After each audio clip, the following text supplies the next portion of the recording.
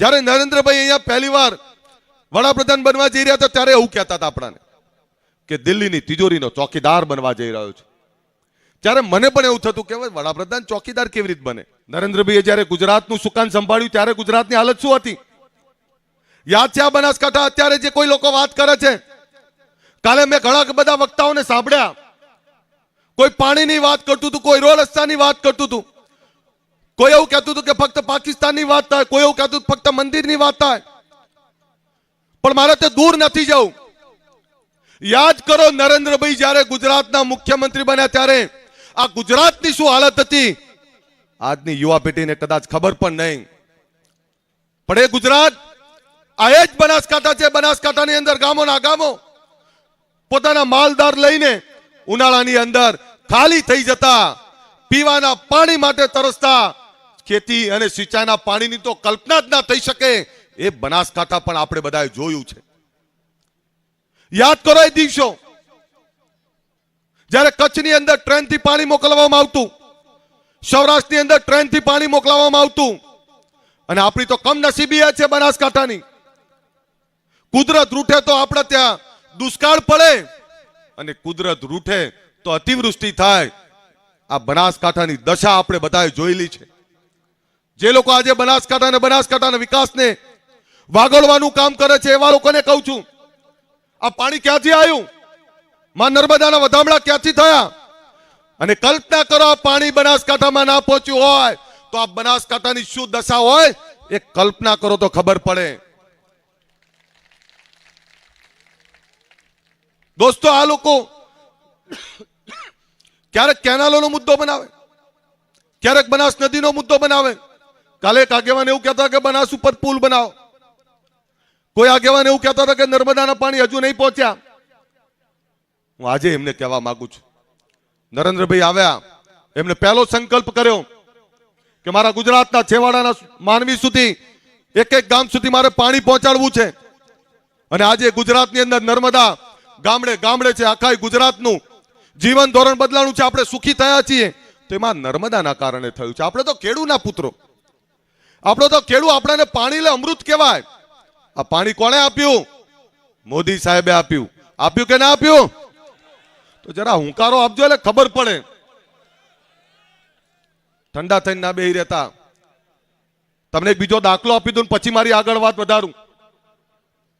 એક તાલુકા પંચાયતની ચૂંટણી હતી અમારા ત્યાં, અને તાલુકા પંચાયતની ચૂંટણીની બાજુના ગામમાં બધા મતની અપીલ કરવા ગયા. હું 20-25 વર્ષ પહેલાની વાત કરું છું. મતની અપીલ કરવા ગયા, આખું ગામ આવ્યું, સરસ સભા રહી, એક ઘર ના આવ્યું. આ ધ્યાનથી સાંભળજો દોસ્તો, એક ઘર ના આવ્યું. એટલે સાંજે ગયા એટલે પછી કોઈએ ચર્ચા કરીને કહ્યું કે ભાઈ આખું ગામ આવ્યું પણ એક ઘર ના આવ્યું. ત્યારે ગામના 2-4 લોકો ભેગા થઈને ગયા, ભાઈ તમે કેમ ના આવ્યા? આખું ગામ ભેગું થઈને એક જ પાર્ટી મતદાન કરવા માંગે છે. તો કે ના, ફરીથી ગામ ભેગું કરો, મારે ગામ વચ્ચે કેવું છે. ફરીથી બીજા દિવસે ગામ ભેગું કર્યું. અને ગામ ભેગું કર્યા પછી પૂછ્યું કે ભાઈ તારો વાંધો શું છે? તો પેલા ભાઈ એવું કહ્યું કે આ જે ઉમેદવાર લડે છે ને એના ખેતરમાં આજથી 10 વર્ષ પહેલા એનું જીરાવાળું ખેતર હતું, મારી ભેંસ ગઈ અને એના હાથીએ, એના કામવાળાએ મારી ભેંસને ધોકો માર્યો તો, મને એ નહીં ભૂલાતું હજુ. એટલે 10 વર્ષ પહેલા ભેંસને મારેલો ધોકો નહીં ભૂલાતો, તો પછી જેને પાણી આપ્યું છે એ કેવી રીતે ગુણ ભૂલાય? આપણે કોઈનો અવગુણ નહીં ભૂલી શકતા તો કોઈનો ગુણ કેવી રીતે ભૂલાય? 2 પેઢી યાદ રાખીએ, આપણી તો સંસ્કૃતિ છે. યાદ કરો કે જ્યારે અંધારું થાય ત્યારે મારે ગામડે જઈએ એટલે દાદી એવું કે બેટા ખાઈ લો, હમણાં લાઈટ જતી રહેશે. આ 24 કલાક વીજળી કોણ લાવ્યું? તો એ નરેન્દ્રભાઈ લાયા. દોસ્તો, આ બનાસકાંઠાનો વિકાસ એમની નહીં થયો. આ ગલબાબાને વાત કરે લોકો, આ ડેરીની જ્યારે એમણે કલ્પના કરી, આ ડેરીને રોજ ટાર્ગેટ કરે કે અમારો ચૂંટણીનો મુદ્દો ડેરી અને બેંક છે. શું બગાડ્યું તમારું ડેરી અને બેંકે? આ ડેરી અને બેંકે આ બનાસકાંઠાનું જીવન ધોરણ બદલી નાખ્યું. યાદ કરો કે આ ડેરીનું ટ્રાન્ઝેક્શન કેટલું હતું, ટર્નઓવર કેટલું હતું. આજે આ ડેરી 20-25 હજાર કરોડનું ટર્નઓવર કરે છે. બીજા રાજ્યો ટળવળે છે, બીજા રાજ્યો વિનંતી કરે અમારા રાજ્યમાં પણ બનાસ કરો. એક એક ગામની અંદર લાખો કરોડો રૂપિયા આવે, એ ડેરી માટે તમે આવું બોલો છો. આ લડાઈ કોઈ રેખાબેનની કે કોઈ પાર્ટીની નથી. આ લડાઈ છે આપણે આપણા માટે જે કામો કર્યા છે, આપણા માટે જેને ગુણ કર્યો છે, એનું ઋણ ઉતારવાનો આ લડાઈ છે. દોસ્તો, જે લોકો જાતિવાદની વાત કરે છે, હું પણ જાતિવાદમાંથી આવેલો છું, પણ જાતિમાંથી આવેલો છું તેમ છતાં કહું છું આપને, રાષ્ટ્રથી વધારે મોટું કોઈ નથી. અને આજે આ દેશને યુગ પુરુષ મળ્યા છે નરેન્દ્રભાઈ. આ એક એવો યુગ પુરુષ આપણાને મળ્યા છે જેણે આખા દેશની કાયા પલટ કરી નાખી. યાદ કરો ને કોંગ્રેસના શાસનના દિવસો, કે જ્યારે એ વખતના વડાપ્રધાન રાજીવ ગાંધી એવું કહેતા કે દિલ્હીથી 1 રૂપિયા મોકલું છું અને 15 પૈસા જ પહોંચે છે, તો 85 પૈસા કોણ ખાઈ જતા હતા? એ કોંગ્રેસ વાળા જ ખાઈ જતા હતા. એમના જ વડાપ્રધાને સ્વીકારેલું છે. જ્યારે નરેન્દ્રભાઈ અહીંયા પહેલી વાર વડાપ્રધાન બનવા જઈ રહ્યા હતા, ત્યારે એવું કહેતા હતા આપણાને કે દિલ્હીની તિજોરીનો ચોકીદાર બનવા જઈ રહ્યો છે. ત્યારે મને પણ એવું થતું કે વડાપ્રધાન ચોકીદાર કેવી રીતે બને. આજે ખબર પડે છે કે 10 વર્ષથી આ યુગ પુરુષ ત્યાં વડાપ્રધાન તરીકે બેઠા છે, ત્યારે એ 10 વર્ષથી ત્યાં બેઠા છે. હવે ખબર પડે છે કે સાચા અર્થમાં આ જનતાની કમાણીના, આ દેશની તિજોરીના ચોકીદાર નરેન્દ્રભાઈ આજે ખબર પડે છે કે કેમ કહેવાય. જનધન ખાતા ખોલ્યા ત્યારે કોંગ્રેસ વાળા હસતા હતા. આજે દિલ્હીથી 1 રૂપિયો મોકલે છે, સીધું જનધન ખાતામાં જાય છે. ખેડૂતોના ખાતામાં સીધા પૈસા જાય છે, જરૂરિયાતમંદના ખાતામાં સીધા પૈસા જાય છે. તો આ સાચા અર્થમાં દેશની તિજોરીના ચોકીદાર છે. આજે દેશનું જીવન ધોરણ બદલાણું છે. યાદ કરો એ દિવસ જ્યારે પાલનપુરથી અમદાવાદ હોય તો 10-10 કલાક થઈ જતા. આ સડકો એમની નથી બની. મેં કાલે જોયું કોંગ્રેસ વાળા ફક્ત કોઈને માટે ખરાબ બોલવા માટે જ ઉભા થયા હતા. પણ કોંગ્રેસ વાળાને પૂછો તો ખરા કે તમે જીતીને આવશો, અમારા માટે કરશો શું? ક્યારેક પૂછો તો ખરા એમને કે તમે શું કરવાના છો. એમની જોડે કોઈ મુદ્દો નથી, પણ પૂછજો કે અમને ખબર છે કે તમે આવશો તો શું થશે.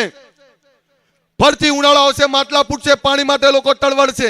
કારણ કે કભાગ્યા એવા છે કે મોદી સાહેબ આવ્યા પછી ક્યારે દુષ્કાળ નહીં પડ્યો, પણ કોંગ્રેસ હતી તો દર 5 વર્ષે 2 દુષ્કાળ આવતા હતા આપણા ઉપર. કારણ કે એમાં સચ્ચાઈ નથી, ઈમાનદારી નહોતી. એવા લોકોને કહું છું, કોંગ્રેસ આવશે તો ફરીથી ભાઈરાજ આવશે, કોંગ્રેસ આવશે તો ફરીથી ભ્રષ્ટાચાર આવશે, કોંગ્રેસ આવશે તો આ દેશને તોડવાની તાકાતો આવશે, કોંગ્રેસ આવશે તો ફરીથી આ દેશની સુરક્ષા અસુરક્ષિત થશે. એટલે તમને વિનંતી કરવા આવ્યો છું. આ ગલબાભાઈની દીકરી લડે છે અને ગલબાભાઈનો ઋણ ઉતારવાનો સમય છે. જો આપણે 10 વર્ષ પહેલા આપણી ભેંસને ધોકો મારેલો ના ભૂલી શકતા હોય, તો જેણે આ ડેરીની સ્થાપના કરી અને ડેરી થકી આ કોઈ બનાસકાંઠા સુખી થયો છે, એનો ગુણ ભૂલાય કરો.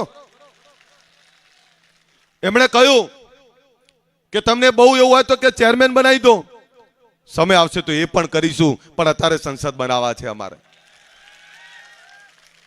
સંસદ એટલે બનાવવા છે, નરેન્દ્રભાઈની જોડે કમળ મોકલવું છે બનાસકાંઠાનું.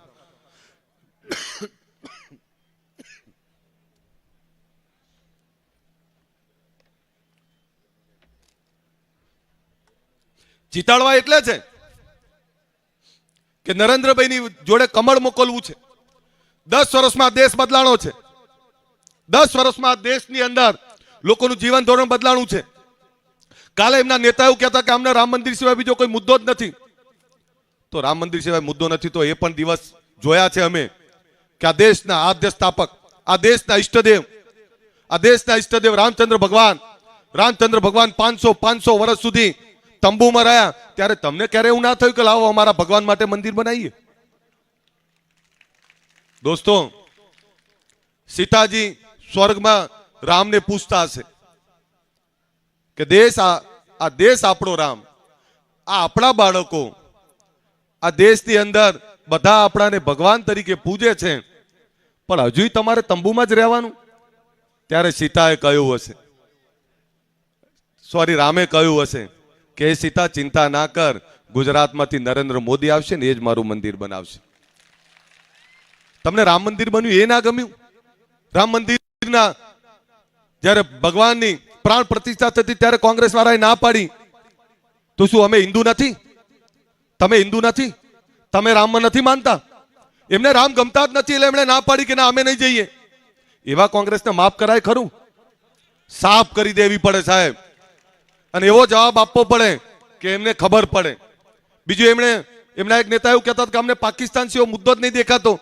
તે દિવસો પણ જોયા છે કે કાશ્મીરમાં આયે દિન પાકિસ્તાન કાંકરીચારો કરતું, પણ હવે પાકિસ્તાનમાં લોકોને ખબર પડી ગઈ છે કે પાકિસ્તાનના લોકો એવું કહે છે તેના આતંકવાદીઓ કે હવે ભારત બાજુ ના જવાય, ત્યાં 56ની છાતી વાળો મોદી બેઠો છે, સીધા જ ઉડાડી મારશે, ત્યાં સ્વાગત નહીં થાય ફૂલો હાથથી.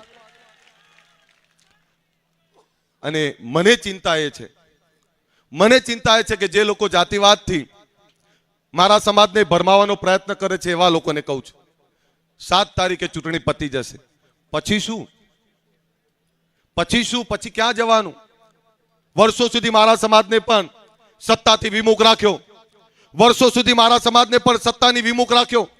મારા સમાજને તરસ લાગી તેવું કહ્યું કે કુવા બાજુ ના જા, એને રણની દિશા બતાવી. હું તમને કુવાની દિશા બતાવવા આવ્યો છું કે સત્તા જોડે રહેવાને સત્તાની વચ્ચે રહી અને સરકારના લાભ લેવાય તો જ આ સમાજનો ઉદ્ધાર થાય.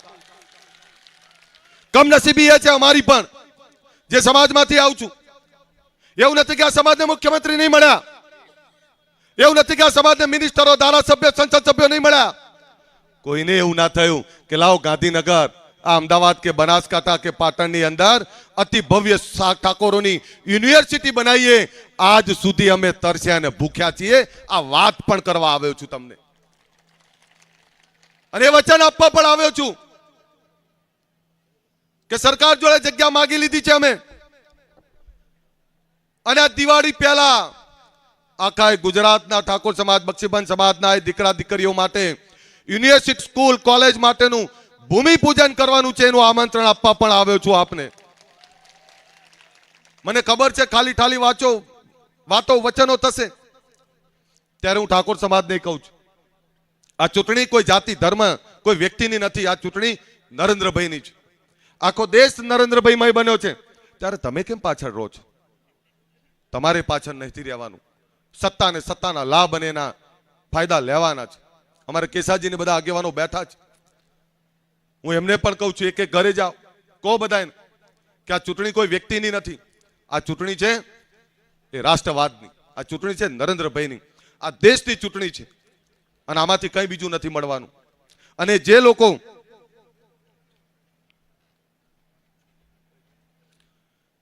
લોકો પોતાને એપીએલ, બીપીએલ કહે છે, એમના એફિડેવિટો જોઈ લેવાના બધાએ. દોસ્તો, ચૂંટણી અમારે લડવાની અને પૈસા તમારે આપવાના, દોડવાનું તમારે. આ કેવું? અમારી ઈચ્છાથી લડીએ છીએ અમે, લડ્યા પહેલા કોઈ પૂછતા તો નહીં અમે. ત્યારે તમને વિનંતી કરું છું કે જોજો, ભરમાતા નહીં. 20 દિવસ પૂરા થઈ જશે, પછી શું? આનો જવાબ કોઈ મને આપી દે તો હું 100% એમની વાતનો જવાબ આપીશ, પણ એનો જવાબ કોઈ નહીં. મેં ઘણાને પૂછ્યું આ 20 દિવસ પછી શું? આ બનાસકાંઠા આપણી ગૌરવવંતી ભૂમિ છે, અને આ બનાસકાંઠાની અંદરથી કમળ મોકલો. નરેન્દ્રભાઈ અનેક વાર આવ્યા, નરેન્દ્રભાઈ અહીંયા અનેક વાર આપણાને આશીર્વાદ આપ્યા છે, ત્યારે આ બનાસની ડેરીનું ઋણ અદા કરવાનો સમય છે, નરેન્દ્રભાઈનું ઋણ અદા કરવાનો સમય છે. ત્યારે હું તમને બધાને વિનંતી કરું છું, કમળને જીતાડો. ઉમેદવાર ભૂલી જાઓ, જાતિ ભૂલી જાઓ, રાષ્ટ્રવાદને, આ કમળને જીતાડો એવી અપીલ કરવા માટે આવ્યો છું. પાછા નહીં પડવા દો ને. બે હાથ ઊંચા રાખીને તાળીઓ પાડો એટલે ખબર પડે કે આ રેખાબેન એકલા નહીં પડે. અવાજ આવવો જોઈએ, ના કહું ત્યાં સુધી તાળીઓ પડે એટલે ખબર પડે. બંધ ના કરતા ભજનલાલ શર્મા સાહેબને ખબર પડવી જોઈએ કે બનાસની ધરામાં કરંટ છે.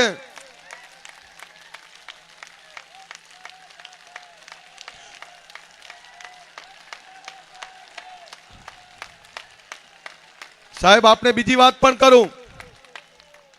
હમણાં બાહુભાઈએ વાત કરી વાડીનાથ ભગવાનની. સાહેબ, કેટલો મોટો પ્રસંગ કહેવાય. વાડીનાથ ભગવાન જેને આપણે બધાએ પૂજીએ છીએ, એ માલધારી સમાજની તરફની આપણી એ જગ્યા, માલધારી સમાજનો એ પ્રોગ્રામ, દેશના વડાપ્રધાન એવું થાય કે મારે મારા માલધારી અને મારા વાડીનાથના આશીર્વાદ લેવા જવું છે. સાહેબ, માલધારીઓ માટે તો આ અતિ ગૌરવની ક્ષણ છે. દેશના વડાપ્રધાન જ્યાં જવા માટે ટાઈમ લેવો પડે એ સામેથી તમને કે મારા નાથ, મારે તારા દ્વારે આવું છે. એ નાથના ત્યાં આપણા ભગવાન આયા હોય, એવા વાડીનાથ ભગવાનના ત્યાં માલધારીઓના ત્યાં આયા હોય, એનોય ઋણ અદા કરવાનો સમય છે. હું ઠાકોર ને બક્ષીબંધ સમાજના લોકોને કહેવા માંગુ છું, આપણા શૈક્ષણિક ભવનમાં આ દેશના વડાપ્રધાન આવવાના છે. એ વખતનું આમંત્રણ આપવા પણ આવ્યો છું. અને નરેન્દ્રભાઈ વડાપ્રધાન બનવા છે એમાં કોઈને શંકા નથી. તો આપણે પાછા કેમ રહીએ? રહેવાય તો એકવાર ફરીથી જોરદાર તાળીઓથી આપણે વધાઈ લઈએ અને અવાજ આવો જોઈએ બધી બાજુથી. બોલો ભારત માતા કી.